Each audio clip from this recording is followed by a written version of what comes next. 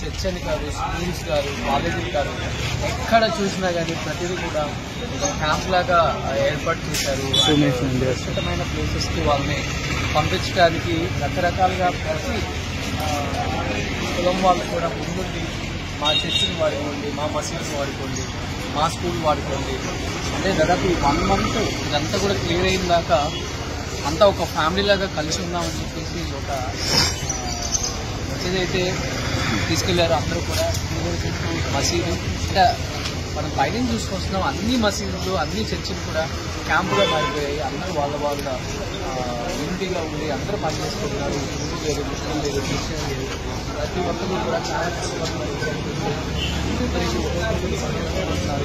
And ఈ ప్రళయం నుంచి ఎలానో మనం కాపాడుకోలేకపోయాం. అందరినీ అట్లీస్ట్ ఉన్న వాళ్ళని సేవ్ చేసుకోవాలన్నా లేకపోతే అందరం కలిసి ఉంటేనే ఇది యూనిటీగా ఏరియాలు కానీ లేకపోతే బతుకున్న వాళ్ళని వీళ్ళందరినీ క్యూర్ చేయాలంటే అందరం ఒకటైతేనని చెప్పేసి మేపాడి మొత్తం కూడా ఒకటిగా అందరి కోసం కష్టపడుతుంది. ఒకసారి తీస్తే అర్థమవుతుంది.